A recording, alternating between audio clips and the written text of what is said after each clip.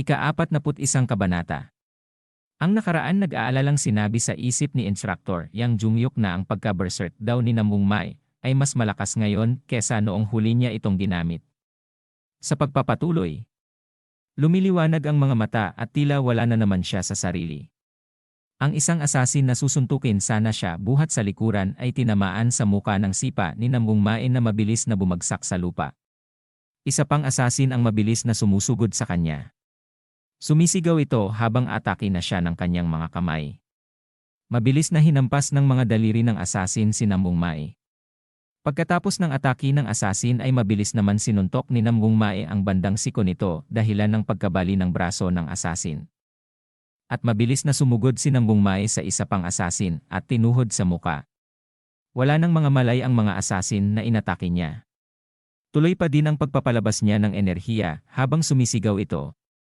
Makikita si Ahri na nakahandusay sa lupa at walang malay. Sa lakas ng sigaw ni Namung Mae at sa lakas ng enerhiya na pinapalabas ay nakuha ang atensyon ng mga asasin na lumunok ng eliksir na ikinagulat ni Instructor Yang Jungyuk. Pati na ang nilalabanan ni Yeon Eunwi ay nakuha rin ang atensyon ng mga ito. Nagulat at napasabi sa kanyang isip si Elder Hong nang makita niya na ang mga asasin na nakalunok ng elixir ay nakuha rin ang atensyon ng mga ito. At sinabi niya na ang mga asasin daw na mga ito ay nagre-respondi kay Namung Mae. Dagdag pa sa iniisip ni Elder Hong na paano daw yon nangyari. Mabilis nagsipuntahan ang lahat ng lumunok ng elixir kay Namung Mae upang ito ay atakihin. Naghanda na suntukin ng bawat isang asasin si Namung Mae nang tumalon ito at sinalubong ng suntok ang bawat isa na asasin. Dahilan ng pagtama ng kanilang mga kamao. At sinipa niya ang ibang kamao ng mga asasin. Pagkatapos ay mabilis na suntok ang kanyang ginawa. Naglalakad na lumapit si Elder Hong kay Instructor Yang Jungyuk at sinabi nito na ano daw ang nangyayari kay Namung Mae. Nakalunok din daw ba ito ng elixir na yon? Lumingon na tumugon na sinabi ni Instructor na hindi naman. Nung unang dumating din daw si Namung Mae sa academy siya ay ganyan na ang kalagayan. Seryosong sinabi ni Elder Hong na sa simula pa lang. At sinabi niya sa kanyang isip na meron daw na kaunting impormasyon tungkol sa elixir. Dapat daw ay nalaman niya agad ng maaga ang bagay na ito. Pinapanood ni Elder Hong ang labanan ni Namung Mae at mga asasin at napasabi na ito daw ay parang labanan sa pagitan ng mga halimaw. Ang mga enerhiya daw nila ay sobrang lakas. Ang kanilang life force daw ay tumatagos, kaya ito ay nagbibigay ng ganoong uri ng malakas na enerhiya.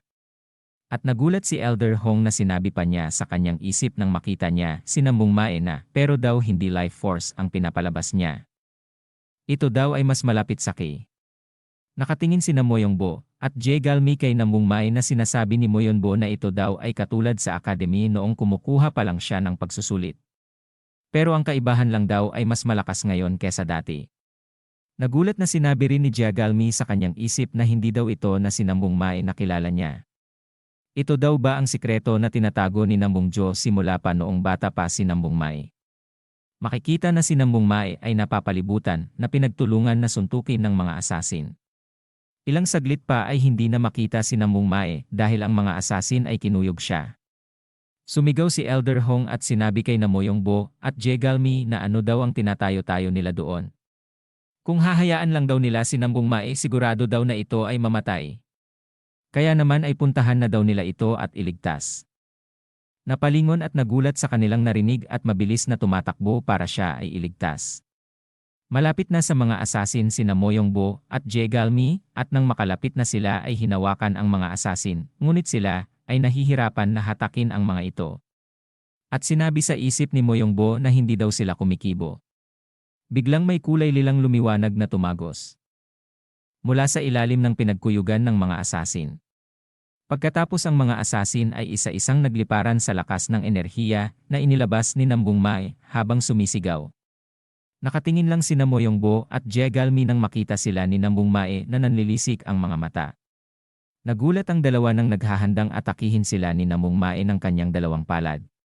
Agad na sinalubong ni Moyongbo at Galmi ang dalawang palad niya. Isang malakas na hangin ang nagawa nila nang magsalubungan ang kanilang mga kamay. Halos hindi maglapat ang kanilang mga kamay sa lakas ng enerhiya na nagtatama. Napaatras si Nambung Mae pati na si Moyongbo at Jegalmi sa lakas ng impact ng kanilang banggaan ng enerhiya. Ang dalawa ay nagsuka ng dugo habang sila ay tumatalsik nang biglang may mga kamay sa kanilang likod ang sumalo. Ito pala ay si Instructor Yang Junhyuk na umalalay sa dalawa at tinanong niya ang mga bata kung ayos lang daw ba ang mga ito. Sumagot naman si Jagalmi na ayos lang daw naman sila, ngunit si Nambung Mae daw sa tingin niya ay hindi sila nakikilala sa ngayon na pinupunasan ang dugo sa bibig niya. Sinabi sa kanila ni Instructor Yang Junhyuk na ipaubaya na lang daw nila sa kanya ito at silang dalawa ay tumabi muna kaya na daw niya itong mag-isa. Bumunot ng espada si Instructor Yang Junhyuk at naglalabas ng enerhiya at pumustura na ito ng kanyang gagawing atake. Nakatayo lang si Nambung Mae na nangigigil pa rin. Makikita ang assassin na nagsusuka ng dugo at hindi makagalaw at patuloy sa paggubo ng dugo. Sa lakas ng enerhiya ni Nambung Mae na tumama sa kanya, ito ay nagawang patalsikin sa malaking puno na bahagyang nabasag. Hindi makapaniwala ang leader ng assassin na sinasabi na ang bastardo daw na yon, hindi daw siya maaring matatalo ng pangkat ng hustisya. Kinuha niya ang elixir at tinitigan niya ito pagkatapos kinain niya ang elixir. Makikita ang kabundukan kung saan isang malakas na tubig ang dumadaloy dito. Nakatayo si Master Gui Myeondok sa gilid ng bundok na ito. Kung saan sinasabi niya na ito daw ay nakapagtataka, dapat daw ay andito na sila sa ngayon. Inangat ang salakot at tumingin sa malayo at sinabi niya na meron daw ba na biglaan na nangyari. Dito na nagtatapos ang ika-41 kabanata.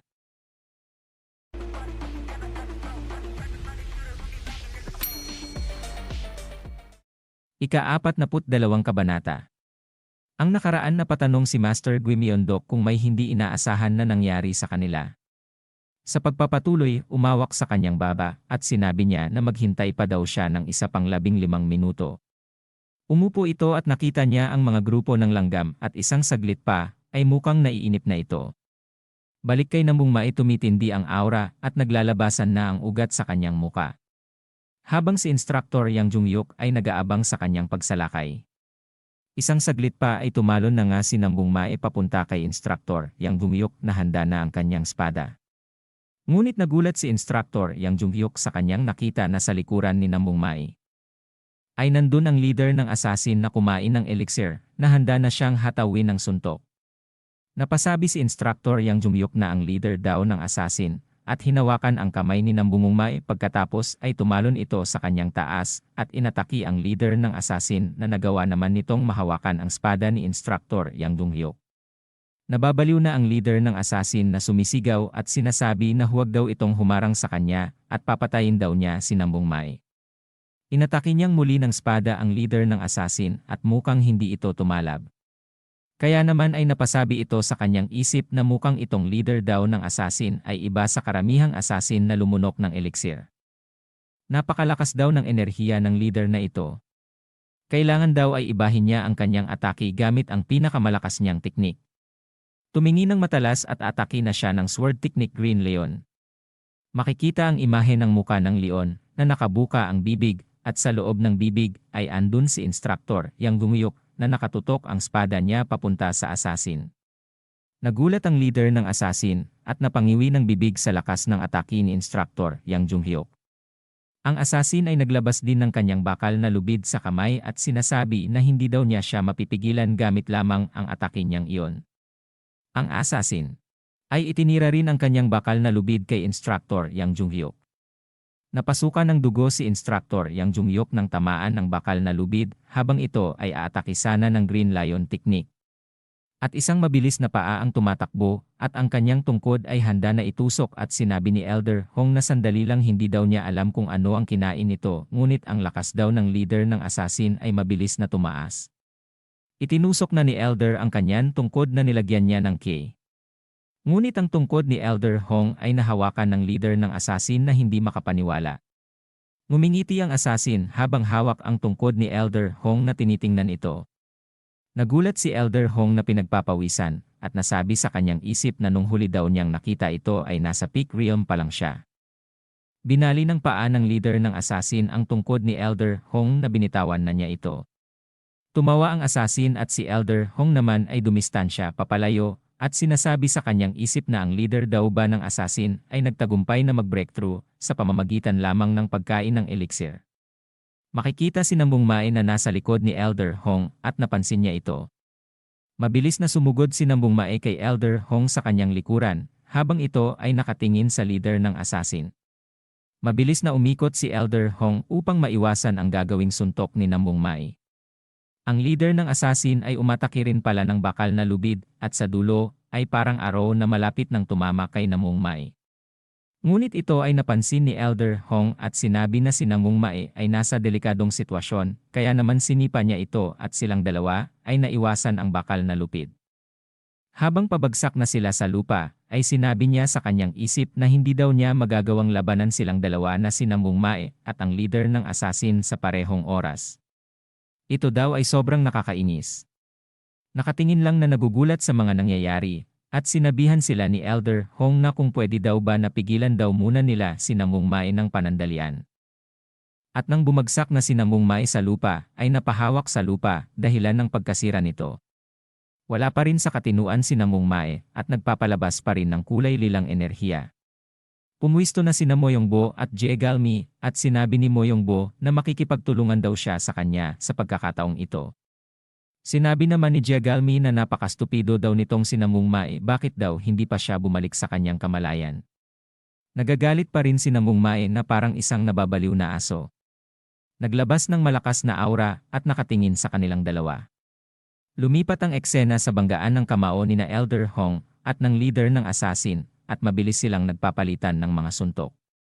At isang espada ang may nakahalong ki ang makikita at ang atake na ito ay nagmula kay Instructor Yang Jungyuk.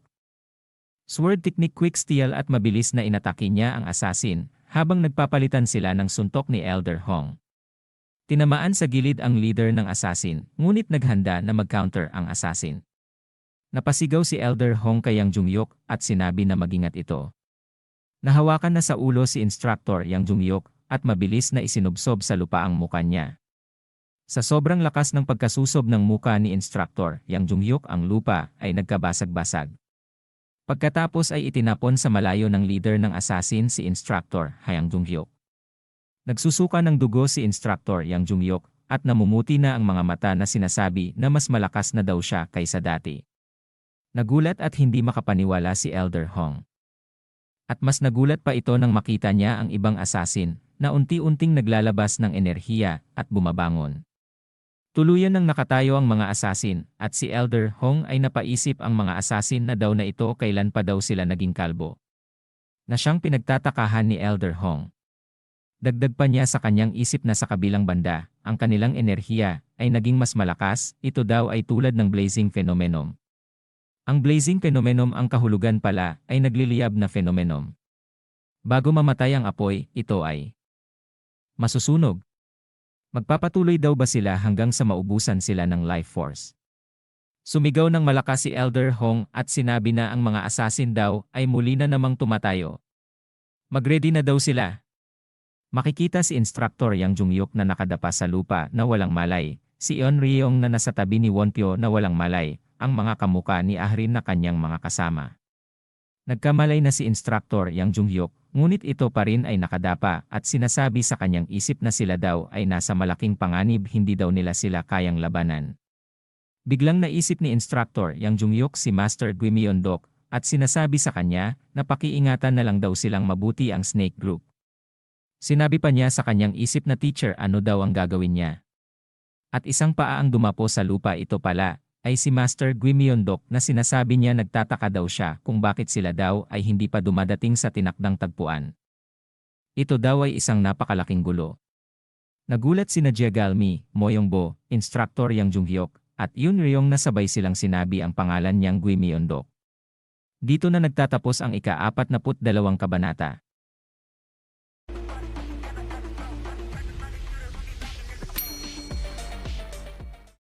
Ika-43 kabanata, ang nakaraan nagulat si Moyongbo, Jegalmi, Instructor Yang Gumyok, at Eun Ryon sa pagdating ni Master Gui Myeondok at sabay-sabay pa silang binanggit ang pangalan nito. Sa pagpapatuloy makikita ang tatlong kamuka ni Ahrin na may hawak na mga espada at si Ahrin ay nakahiga pa rin sa lupa at walang malay. Nagsalita si Master Guimiondok at tinatanong ang mga assassin, ngunit ang mga ito ay tila wala na sa sarili at para ng isang zombie. Tinanong ni Master Guimiondok ang mga ito kung ano daw ang kinain ng mga ito. Sumigaw lang ang mga assassin at nagulat si Master Guimiondok nang mabilis na umataki papunta sa kanya. Sumisigaw ang assassin at handa nang suntukin si Master Guimiondok. Malapit na ang assassin sa kanya at hindi man lang umalis sa kinakatayuan si Master Guimiondok. Inatake niya ang assassin ng kanyang isang daliri sanhi ng pagkatalsik nito sa ere. Sinabi pa ni Master Guimiondok habang ang isang daliri niya ay nakahook na siya daw pala ay wala sa katinuan halimaw na tao. Nagliparan ng mga ngipin ng assassin habang ito ay nasa ere. Pagkatapos daw ang iniisip niya na kung ang mga ito daw ay natatakot pa sa kamatayan. Isinuot na ni Master Guimiondok ang kanyang maskara at naglabas ng enerhiya. Nagulat ang mga assassin at mabilis na tumalon sa ere upang atakihin si Master Guimiondok na tinitingnan lang sila. Mula sa ere ang mga assassin ay mabilis na patungo kay Master Guimiondok. Sumuntok ang isang assassin pero iginalaw lang ni Master Guimiondok ang kanyang ulo para ito ay iwasan. Mabilis na gumanti si Master Guimiondok at ang mga assassin ay umikot-ikot. Pagkatapos ay gumawa ito ng enerhiya sa kanyang dulo ng daliri at ito ay lumiwanag. Itinira ni Master Guimiondok sa mga assassin at makikita ang hati nilang mga katawan sanhi ng enerhiya na pinakawalan ni Master Guimiondok. Ang mga mata ni Master Guimiondok ay lumiliwanag at ang mga anino na nagkaputol-putol na assassin ay nahuhulog sa lupa.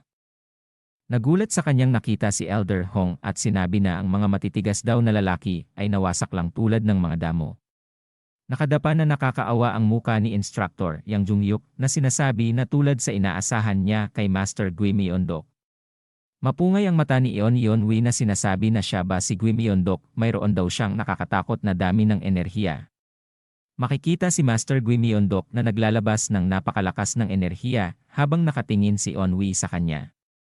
Naglakad na si Master Guimiondok papunta sa leader ng assassin at ang anino nito ay makikita na ang mga mata ay lumiliwanag. Malakas ang enerhiya na inilalabas ni Master Guimiondok at sinabi sa assassin na kailangan daw niyang malaman ang mga kasagutan na magmumula sa assassin. Nanginginig na pinagpapawisan ang assassin na hindi makapagsalita. Tinitigan at inilapit ang muka niya sa assassin at sinabi niya na bakit daw ito ay hindi makapagsalita. Sa isip ng leader ng assassin na si Master Guimiondok daw ay isang halimaw. At siya daw ay mamamatay na. Hinigop niya ang enerhiya ng assassin pagkatapos niyang higupin ang lalaki ay bumalik sa kanyang sarili ngunit ito ay sumusuka ng dugo. Sinabi ni Master Guimiondok sa kanya na kung pwede na daw ba siyang magsalita. Patuloy pa rin sa pagubo ng dugo ang leader ng assassin. Sa malayo sina Jegalmi at Moyongbo ay pinapanood sina Master Guimiondok. Nagulat na sinabi ni Moyongbo sa kanyang isip na ang naramdaman daw niyang pressure kanina ay parang sa kanyang ama. Pero hindi daw. Sigurado daw siya na mas malakas pa daw ito kaysa sa ama niya na nakatikom ang kamao ni Moyongbo. Nanlaki ang mata na pinagpapawisan si Jegalmi na sinabi sa kanyang isip na wag daw sabihin sa kanya na ang mahinang tingnan na peking guro na yon ay ang totoong Guimiondok. Nagkamali daw siya. Habang gulat na gulat ang dalawa sa likuran nila, ay sinamungmae na mabilis dumaan sa kanilang pagitan na pinagtatakahan ng dalawa. Mabilis na atakihin ni Namungmae si Master Guimiondok. Malapit na si Namungmae kay Master Guimiondok nang biglang lumingon ito at hinarang ng isang kamay sa ulo ni Master Guimiondok si Namungmae. At sinabi niya na nandito na daw ang pilyong estudyante niya. Nahawak-hawak ang ulo na nakaangat sa ere. At sinabi pa ni Master Guimiondok na kailangan daw ba nitong matalo. Nangigil pa rin si Namungmae habang hawak sa ulo ito. Ilang saglit pa ay hinigop na rin niya ang enerhiya ni Namungmae dahilan ng pagkawala nito ng malay, bumagsak sa lupa. Lumapit na sa assassin at sinabi niya ngayon daw ay magsisimula daw muli sila. Yumuko si Master Guimiondok at sinabi na tinatanong niya ito kung ano daw ba ang kinain nila. Nakatitig lang ang assassin at takot na takot kay Master Guimiondok. At simigaw ang assassin na layuan daw siya nito, isa daw siyang monster. Tumugon si Master Guimiondok na siya daw ba ay isang monster. Sino daw kaya sa kanila ang totoong halimaw? Sinabi pa niya sa assassin na pinahahalagahan daw niya ang mga inosente at mahihina tulad ng kanyang munting disipulo. Hindi daw ba niya naiintindihan ang kalagayan niya, gumagawa daw siya ng bagay sa kanyang katawan na hindi daw alam ng sarili niyang katawan. Mas mukha nga daw siyang monster kesa sa kanya. Nagulat sa kanyang narinig at panandaliang natulala pagkatapos ay sinasabi na hindi daw yun totoo. Ang rason daw kaya niya ito ginagawa ay dahil sa mga mapagkunwari tao. Sila daw ang dahilan kung bakit siya naging ganito na sumisigaw. Sumagot naman si Master Gui Myeondok at sinabi sa kanya na kami daw ba talaga? Sumagot ang asasin na tama daw yan dahil daw sa samalamya na mabuting gawa ng mga mandirigma ng pangkat ng hustisya, nagkaganito siya dahil sa kanila. Nagnakaw daw siya para lang makasurvive at binubugbog daw siya. At talagang napakasaklap na mundo. Pumatay din daw siya para makasurvive ang lahat ng may gawa daw nito ay ang pagkat ng hustisya kay siya nagkaganito. Sinisigaw na sinasabi niya kay Master Gui Myeondok dagdag pa niya na ito daw ba ang mundo na nilikha niyo. Nakatayo lang sa harapan si Master Gui Myeondok at takot na takot ang asasin habang si Nam Bungmai ay nakahiga sa lupa. Sinabi ni Master Gui Myeondok na ganun pala. Yumuko at nilakihan ng mata at tinitigan na sinabi na pero ang lahat daw ng iyon ay ginawa niya sa sarili niyang kagustuhan. Nagulat ang asasin sa kanyang narinig. Gumawa ng enerhiya sa kanyang kamay si Master Gui Myeondok at sinabi na wala daw siyang pakialam sa nakaraan nito. Inangat sa ere ang asasin gamit ang enerhiya na ginawa niya sa kamay. Habang nakaangat sa ere, ay sinasabi ni Master Gui Myeondok na ang gusto lang daw niyang malaman ay kung ano ang kinain nila at kung saan ito nagmula. Nasa ere at hirap na hirap huminga ang asasin at sinabi na magsasalita na daw siya. Pautal-utal na sinabi na blood explosion pill.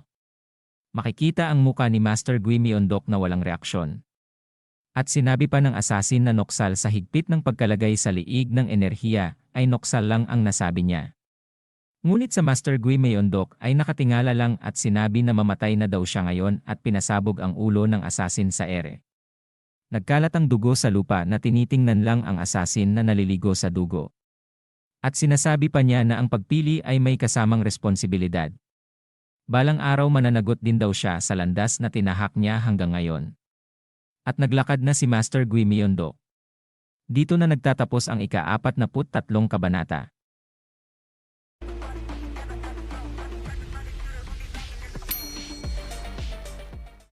Ika-44 na kabanata. Makikita si Nam Bungmai na bumabagsak sa malalim na kadiliman at may mga bula sa kanyang paligid. Iminulat ng dahan-dahan ang kanyang mata at patuloy pa rin ang pagbagsak niya sa kailaliman. Nakita niya na naman ang kulay lilang apoy at magkaharap na sila. Makikita ang lilang apoy na kakainin si Nam Bungmai at nakain na nga ito.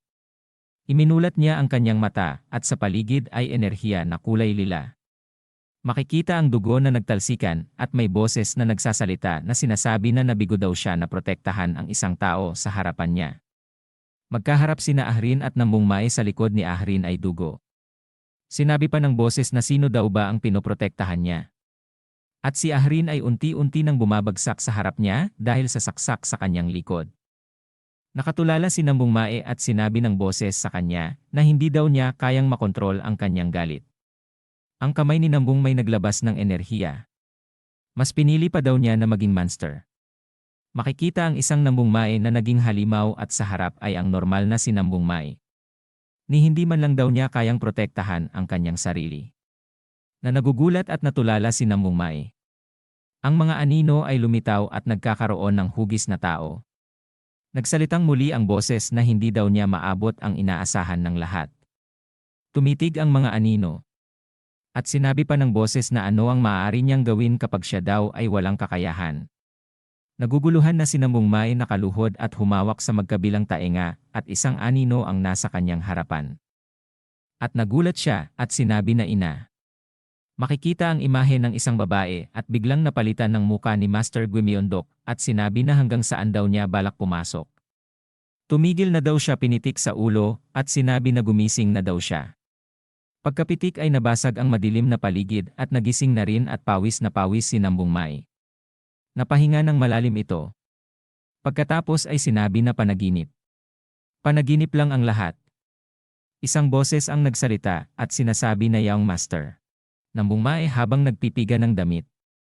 Tumugon na nagulat si Namong Mae na nakatulala na nakatingin kay Ahrin. Nakatungo ang ulo na nahihiyang sinabi ang pangalan ni Ahrin. Makikita ang dibdib ni Namong Mae.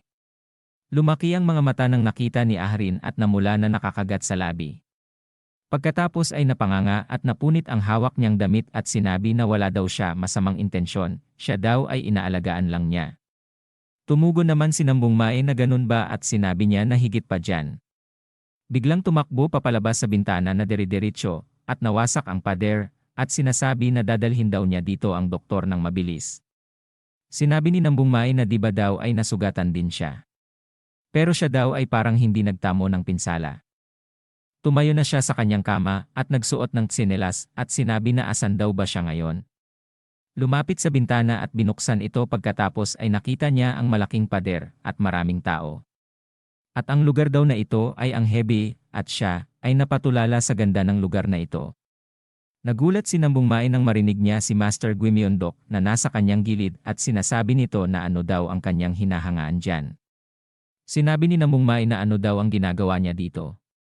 Sumagot si Master Guimyondok at sinabi sa kanya na di ba daw sinabihan niya siya na praktisin ang reverse flow, pero bakit daw ginawa niya muli yon? Malungkot na tumugon at naisip niya ang nangyari at humingi ng paumanhin kay Master Guimyondok. Sinabi ni Master na huwag daw siyang humingi ng paumanhin dahil kasalanan din daw niya iyon dahil hindi daw niya ito nabigyan pansin. Sinabi ni Master Guimyondok na kaya daw naman na napagdesisyunan na niya na siya ay turuan ng kanyang sariling gawang martial arts. Nagtataka si Namong Mae at inulit ang sinabi ni Master Guimyondok na ang kanyang sariling martial art. Nagulat ito sa kanyang narinig. Sinabi pa ni Master Guimyondok na ang ama daw niya ay sumang-ayon na kaya naman nasa kanya na ang desisyon kung tatanggapin ba niya ito. At siya daw ay magiging direktang disipolo ba o hindi. Nagulat sa kanyang narinig at tumigas ang kanyang mga kamay at sumang-ayon na sinasabi na tinatanggap niya ito bilang isang master si Master Guimyondok ni Namong Mae. Pumihit paharap si Master Guimyondok at sinabi nito kay Namong Mae na mas mabuti pa daw na laktawan niya na lang daw ang seremonya ng pagkapasa. Kung tutuusin, siya rin daw ang teacher ng Snake Group. Sinabi pa niya na lagi niya daw tandaan na isikrito ito sa iba. At ang kanyang daliri ay inilagay sa kanyang bibig. Tumugon si Namong Mae na sumasangayon at papanatilihin daw niya itong sikrito. Tumighim ng 2 beses si Master Guimyondok at sinabi na narinig daw niya kung ano ang nangyari habang siya ay wala. Nagtataka naman si Namong Mae na narinig niya daw na halos mamatay na daw siya sa pagprotekta sa isang bata. Napangiti na nahihiya si Namong Mae. Mabuti daw at naprotektahan niya ang bata, ngunit nagtapos daw ito sa napakahirap. Hinawakan sa ulo ni Master Guimyondok at sinabi sa kanya na pero maganda pa rin daw ang ginawa niya. Kumagat sa labi at hindi makapagsalita at halos maiyak na si Namong Mae. Habang nakahawak pa rin ang mga kamay ni Master Guimyondok sa kanyang ulo. Nagmamadaling pumasok na sina Moyongbo, Jegalmi, Ahrin at ang doktor na sinisigaw ang pangalan ni Namong Mae. Napalingon si Namong Mae na may kaunting pangluha sa kanyang gilid na mata at nagulat. Agad na lumapit ang mga ito sa kanya, at tinanong ni Moyongbo na bakit daw siya nakatayo samantalang hindi pa ito ganap na nakaka-recover ng lakas. Sasagutin niya sana si Moyongbo, ngunit paglingon niya sa bintana ay hindi na niya makita si Master Guimyondok. Pinulsuhan na siya ng doktor at sinabi nito na hindi daw ito kapanipaniwala. Nakapagtataka daw siya daw ay mabilis na nakarecover wika ng doktor. Tiningnan ng masama ni Ahrin ang doktor at sinabi niya na sigurado daw ba siya na si Namong Mae daw ay maayos na. Nanginginig na sumasangayon na sinasabi na sigurado daw siya na ito ay magaling na. Ang kailangan lang daw niyang gawin ay ibalik ang kanyang lakas. Tinitigan palalo ng masama ni Ahrin ang doktor at sinabi niya na ang mga salita daw ba na iyan ay kaya niyang ipangako. Nagtatayuan ang mga balahibo ng doktor at tumugon na sumangayon na ipinapangako daw niya na talagang magaling na si Namong Mae.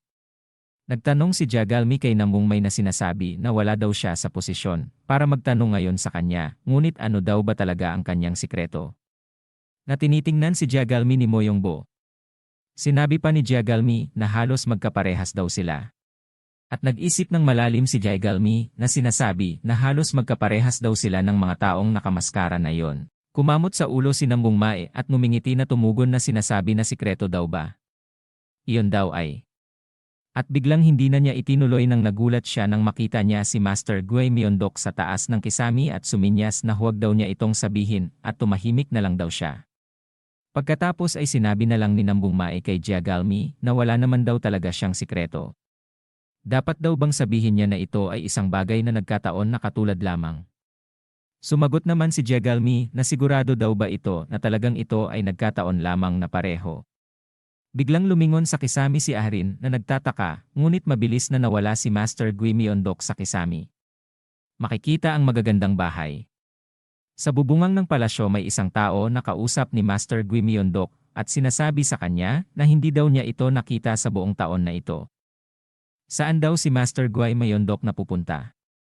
Sumagot naman si Master Gui Myeondok na ang haba daw ng taon na hindi sila nagkita Hong Seugol, Regiment Leader. Dito na nagtatapos ang ika-44 na kabanata.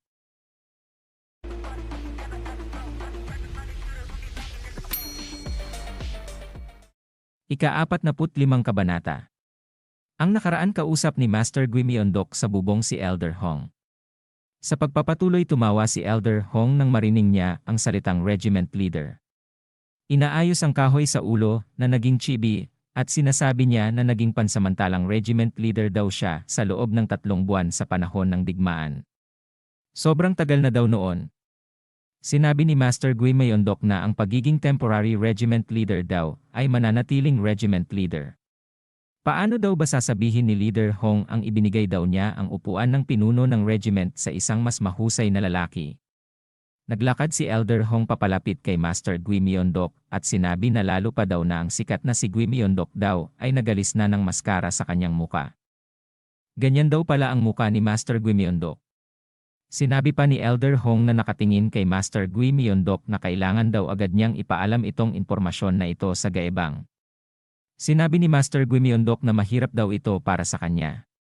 Ngumiti at sinabi na hindi na daw siya bahagi ng Black Flower League. Nakaupo na sila sa ibabaw ng bubong ng palasyo, at sinabi ni Elder Hong na ganun ba narinig daw ni Elder Hong na ang Black Flower League daw ay binuwag na. Nakatingala sa langit si Elder Hong at sinasabi niya na pinagkatiwalaan daw siya sa paghawak ng mga impormasyon sa kanilang grupo. Napatingin at nagtanong si Master Gui Myeondok kung meron daw ba siyang impormasyon tungkol sa Blood Explosion Elixir. May kinuha si Elder Hong sa kanyang looban na damit at inilabas ang kahon na kahoy at sinabi na ang meron daw lang siya ay ito. Hindi pa daw niya alam kung saan ito nagmula pati na ang mga ingredient nito. Napatitig naman si Master Gui Myeondok sa kahon. Pinaubayan na daw ni Elder Hong ang pag-imbestiga sa dalawang pamilya. Kaya daw naman ito ay malalaman din niya sa lalong madaling panahon. Malalim na tinitigan ni Master Gui Myeondok ang kahon. Sinabi ni Elder Hong na tinatanong daw ni Master Gui Myeondok ang tungkol dito. Ang ibig lang sabihin nun ay hindi daw siya nakakuha ng impormasyon sa lugar na iyon. Inabot ang kahon kay Master Gui Myeondok at sinabi na hindi daw ba niya hinanap ito doon pagkatapos daw ay bumalik siya ngayon. Tumugon si Master na tama daw siya, pumunta nga daw siya doon sa Noxalgok. At nang marating na daw niya ay meron siyang napansin na kakaiba. Sa daan daw ay puro bangkay ng asasin na naliligo sa dugo. Ang nakita daw niya ay hiwa sa mga tao pero hindi daw hiwa pero isang punit daw ang mga katawan nila. Lahat daw sila ay hindi man lang nakatagal. Kamangha-manghang mga kasanayan daw iyon. Pagkaakyat niya sa taas ang pader ng palasyo ay nagkawasak-wasak. Tumingin sa taas at sinabi na medyo malaki daw ang impact doon. Tumalon siya sa taas at naglakad paloob ay nakita niya ang walang malay na matanda na naliligo sa sariling dugo na may hiwa sa kanyang katawan. Nakita din daw niya ang sulat mula sa dugo at ang nakalagay ay andito si Gui Myeondok. Tinitigan niya ito. Lumipat na ang eksena sa pag-uusap nila Elder Hong at Master Gui Myeondok. Tinitigan niya ang elixir na nasa kahon at sinasabi na wala naman daw na may pakialam. Kung tutuusin daw ang Noxalgok ay hindi naman daw isang malaking organisasyon. Hindi naman daw yun ang problema, ngunit.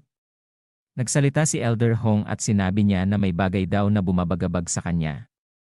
Nagsalita na muli si Master Gui Myeondok at sinabi na ngunit ang naiwang bakas daw ay 2. Nagulat si Elder Hong sa kanyang narinig. Makikita ang 2 bakas na naiwan ang nakasulat mula sa dugo at ang mga kahon na kahoy na wala ng mga laman. Sinabi pa ni Master Gui Myeondok na ang isa ay sadyang iniwan at ang isa daw pa ay binura. Binalik na ni Master Gui Myeondok ang kahon na kahoy kay Elder Hong. At sinasabi niya kay Master Gui Myeondok na ang ibig lang daw sabihin nun ay maraming tao ang kasangkot dito. Ibinagsak ang tungkod niya sa bubong at sinabi na tapos ang natitirang tali na lang daw ay ang Zhongqian Merchant Group. Habang tumtayo si Elder Hong ay sinasabi nito na alamin daw niya ito. Tumayo na rin si Master Gui Myeondok at sinabi nito na aalis na daw ba siya ngayon. Tumawa si Elder Hong at sinabi niya na hindi naman daw kailangan ang escort niya noong una pa lang. Ito daw lamang ang nais niyang kasamang sundan. Kaya naman nasa kanyang puso na kung saan siya pupunta nakasunod. Sinabi ni Master Gui Myeondok kay Elder Hong na dapat daw ba niyang samahan ito palabas. Kumaway ng kamay si Elder Hong at sinabi na hindi na daw bali. Kaya na daw niyang protektahan ang kanyang sariling katawan. Makikita na tumalikod na si Master Gui Myeondok at nakatingin sa malayo na may malalim na iniisip. Iniisip niya pala ang taong gumagamit ng kanyang pangalan. Sinabi niya na base daw sa kanyang paghusga. Ang mga naiwang bakas daw ng mga espada na pangatake. Siguro daw. At may naisip siyang imahi sa kanyang isip at kung sino ito. Ito daw ba ang karma ng landas na kanyang tinatahak? At nagulat ito nang sumulpot bigla si Elder Hong sa kanyang harapan. Si Elder Hong ay may iniisip na gustong sabihin. Tinanong ni Master Gui Myeondok ito at sinabi na hanggang ngayon daw ay hindi pa daw ito umaalis. Sinilip pagilid ni Elder Hong si Master Gui Myeondok at sinabi nito na mayroon daw siyang mga batang mata. Nakikita daw niya kung bakit siya nila ginawang guro sa akademya. Tumugon si Master Gui Myeondok at sinabi niya na bakit nga daw ba. Tumingin si Elder Hong sa baba kung saan ang mga bata ay naandoon at sinabi niya na tingnan daw niya ang mga bata. Tumingin si Master Gui Myeondok sa baba. Wika pa ni Elder Hong na dumaan daw sila sa panahon ng digmaan, ngunit ang mga batang iyon ay hindi pa. Nakatingin ang dalawa sa mga bata at sinabi pa ni Elder Hong na kinabukasan nila ang ating isinakripisyo at pinrotektahan ng ating dugo. Buksan daw niya ang kanyang puso at bantayan sila. Tumingin ng seryoso si Master Gui Myeondok sa mga bata. Pagkatapos ay inalok ng alak si Master Gui Myeondok ni Elder Hong at sinabi na kung gusto daw ba nitong uminom. Tumugon si Master Gui Myeondok na okay sige gusto daw niya. Sumapit na ang gabi ang buwan ay bilog isang palasyo ang makikita at sa loob ay may isang kwarto ang nakabukas ang ilaw. Makikita ang pinex na lagayan ng kandila at may taong naglalakad. Lumapit sa harap ng espada at ito ay kanyang kinuha. Ito pala ang panganay na kapatid ni Namong Mae at nag-aapoy ang aura niya na sinasabi niya na 3 buwan na daw ang lumipas. At sinabi niya na little brother. Sa hindi po nakaalam bago pa pumunta si Namong Mae sa Murim Academy ay may usapan sila ng kanyang kuya. Ito ay makikita yata sa chapter 1 hindi ko po sure. Dito na nagtatapos ang ika-44 na kabanata.